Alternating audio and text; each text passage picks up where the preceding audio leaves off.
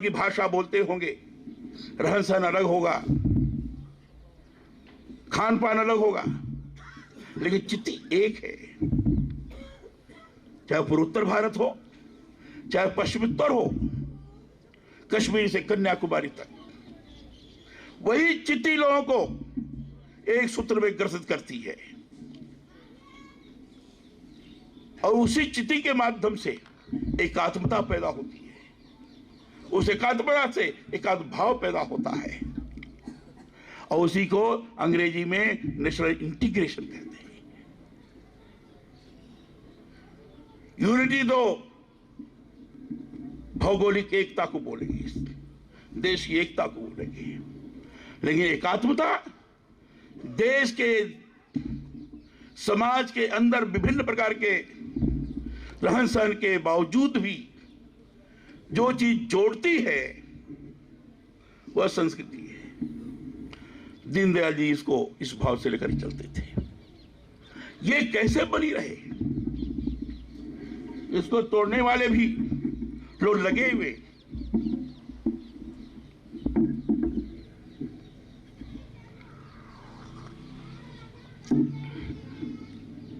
वह विखंडित ना होने पाए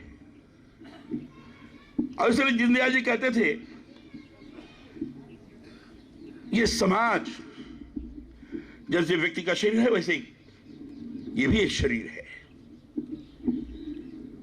ये जो वर्ण व्यवस्था की गई है ये जन्मजात नहीं है,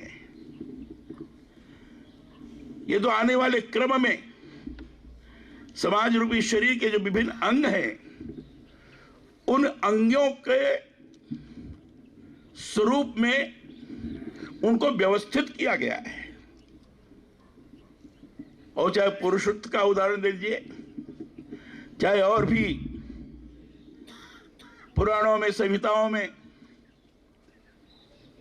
जो वर्णित सारी चीजें हैं वर्ण व्यवस्था के बारे में, समाज व्यवस्था के बारे में, उन सारी चीजों को समाहित करते हुए दीनदयाल जी ने कहा यह समाज रूपी शरीर है। ऐसे समाज शरीर को जिस प्रकार की सारी चीजों की आवश्यकता होती है,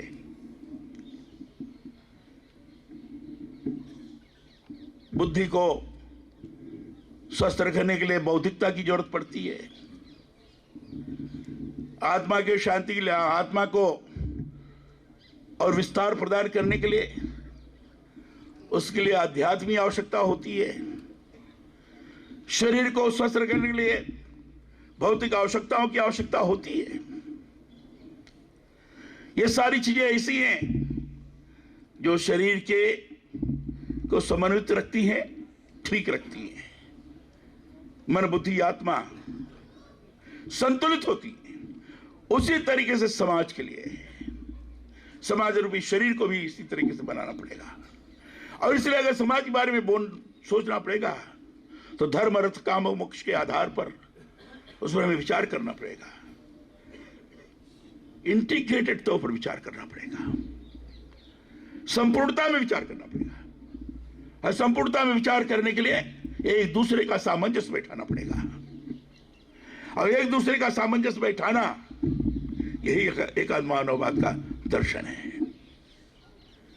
उसको कोई विपन्न है, कोई बहुत अमीर है, तो दीनदयाल जी कहा करते थे कि अगर कोई कुएं में गिर गया, वो आना चाहता है ऊपर, चिल्ला रहा है, कोई जाकर देख रहा है, कहता है मुझे निकालो, तो निकालने के लिए अपना हाथ नीचे बढ़ाओ और उसको भी कहो कि अपना भी हाथ ऊपर करे।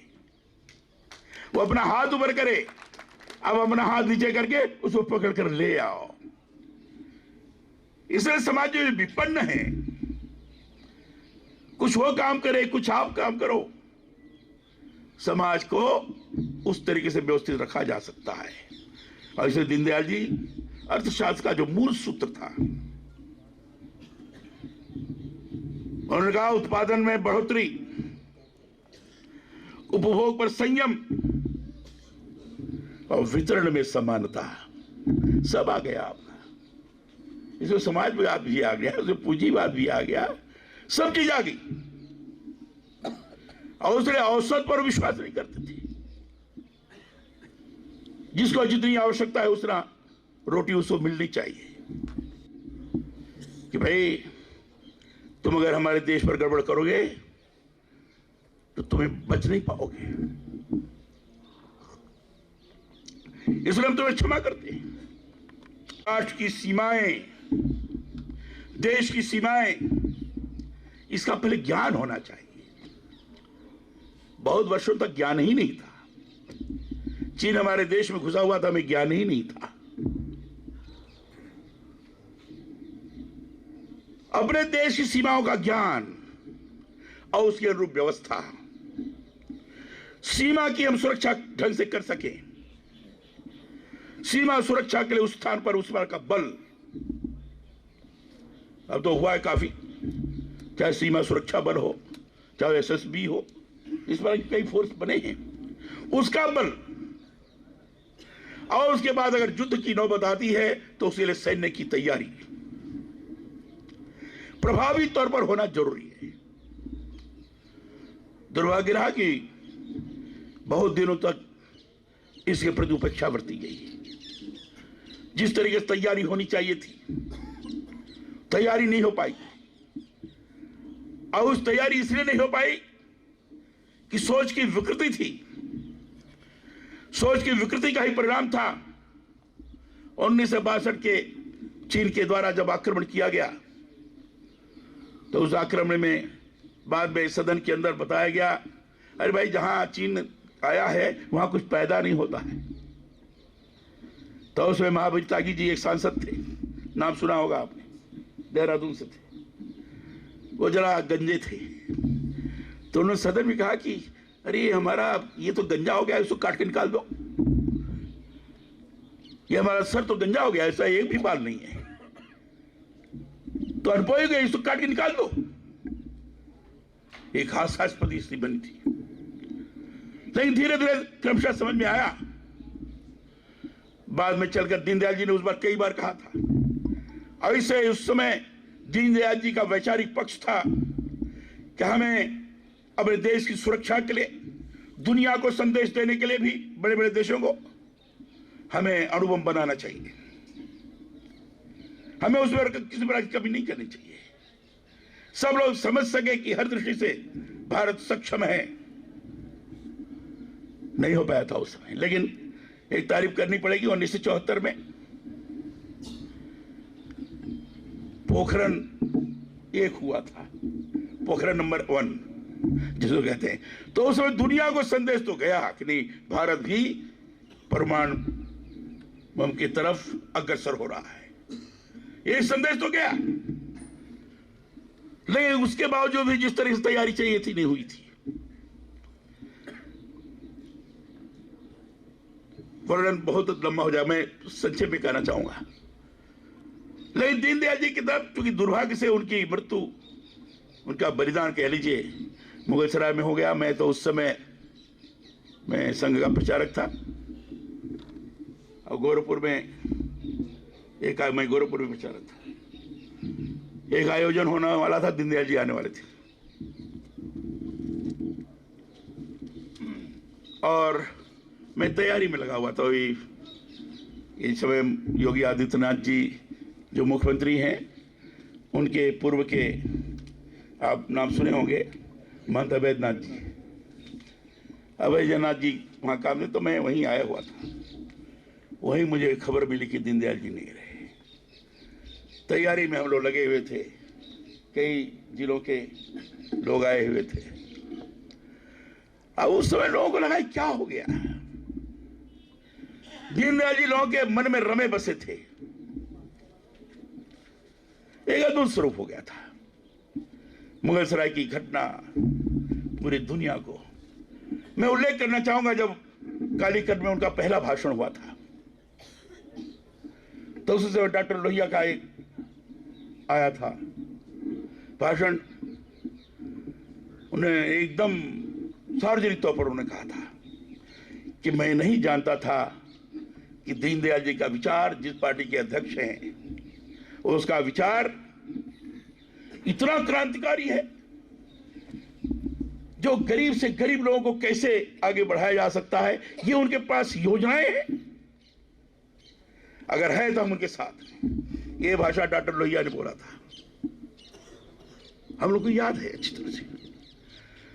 और उसी बात से तो उसके पहले से ही दीनदयाल जी से डॉक्टर लोहिया की भेंट हो चुकी थी। उस समय गैर कांग्रेसवाद का नारा शुरू हो गया था। 67 में जो संयुक्त सरकारें बनी थी गैर कांग्रेसवाद के नारे के माध्यम से, उसमें डॉक्टर लोहिया, दीनदयाल जी और भी कुछ लोग थे।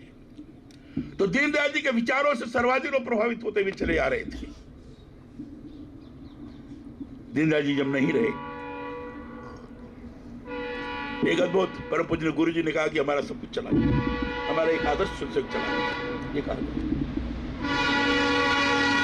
तो बाद में श्रीमती इंदिरा गांधी जी ने वो पोखरण एक किया था, तो लोगों को लगा कि हाँ इस समय शायद कुछ आगे बढ़े। बाद में दुर्भाग्य से 1992 से लेकर 1997 तक इतना कम बजट खर्च हुआ, 5% से भी कम खर्च हुआ सैन्य पर। जब अटल जी आए भारत प्रधानमंत्री के रूप में और उन्होंने पोखरण नंबर 2 किया और दुनिया की बड़ी से बड़ी ताकत को ललकार दिया। उन्होंने, लोगों ने धमकी दी कि हिंदुस्तान को हम सहायता नहीं देंगे, तो पहले प्रधानमंत्री थे तो उन्होंने डंके की चोट पर कहा था, दुनिया वाले सुन लो, ये हिंदुस्तान बहुत बड़ा है, नहीं तुम सहयोग दोगे तो आके लोगों से एक एक पैसा लेकर ही 10-10 रुपया लेकर हम हिंदुस्तान की आर्थिक व्यवस्था कर लेंगे, तुम्हारी कोई छोड़। आप जानकर प्रसन्न होंगे, दुनिया के देशों में रहने वाले अप्रवासी भारतीय इतने प्रभावित हुए। उन्होंने कहा चिंता मत करिए, 48,000 बिलियन डॉलर अप्रवासी भारतीयों ने दिया था। जितना सहयोग बाकी के देशों से मिलता था उससे ज्यादा। यह अद्भुत था। कारगिल के युद्ध ने लोगों की आंखें खोली।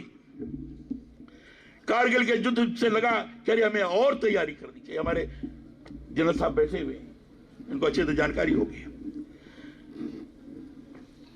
कारगिल के युद्ध के दौरान लगा कि हमें और तैयार रहना चाहिए था। यद्यपि हम रोक पाए अटल जी के सक्षम नेतृत्व के कारण, नहीं रहना चाहिए था, क्या अधिक है। और मैं कह सकता हूं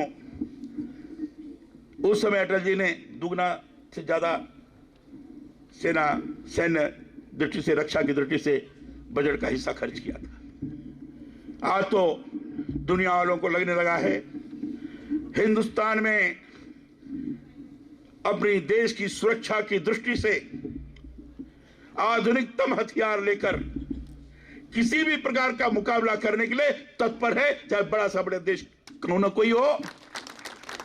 अब सारे देश हिंदुस्तान की तरफ उस ढंग से देखने में उनको लग रहा है कि नहीं, हम नहीं कर पाएंगे।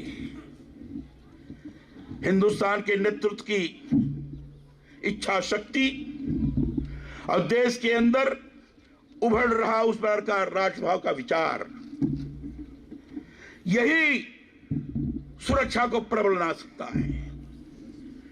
जो ताकत देश की आंतरिक सुरक्षा को सुदृढ़ करने की दिशा में वहां के संस्कारों से युक्त होकर लोगों का निर्माण करता है और सैन्य सुरक्षा को, सैन्य बल को प्रभावी तौर पर आगे बढ़ाने में तत्पर होता है, उस देश की सुरक्षा को कोई बाधित नहीं कर सकता है, न उस देश को कोई अपने साथ अपने आक्रमण से प्रभावित कर सकता है। सौभाग्य इस बात का जरूर है कि इस समय हर दृष्टि से प्रयास हो रहा है। जो हमारे तीनों बल हैं, आर्मी है,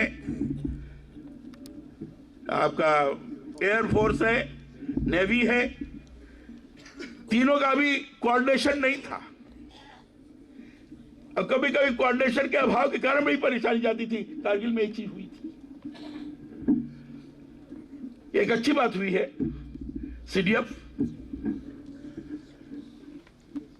हुई ना, सीडीएस, चीफ डिफेंस स्टाफ, इसका निर्माण करके एक सैन्य व्यवस्था अच्छी बने, हम सुरक्षा की दृष्टि से ज्यादा मजबूत बने, ये भी किया है।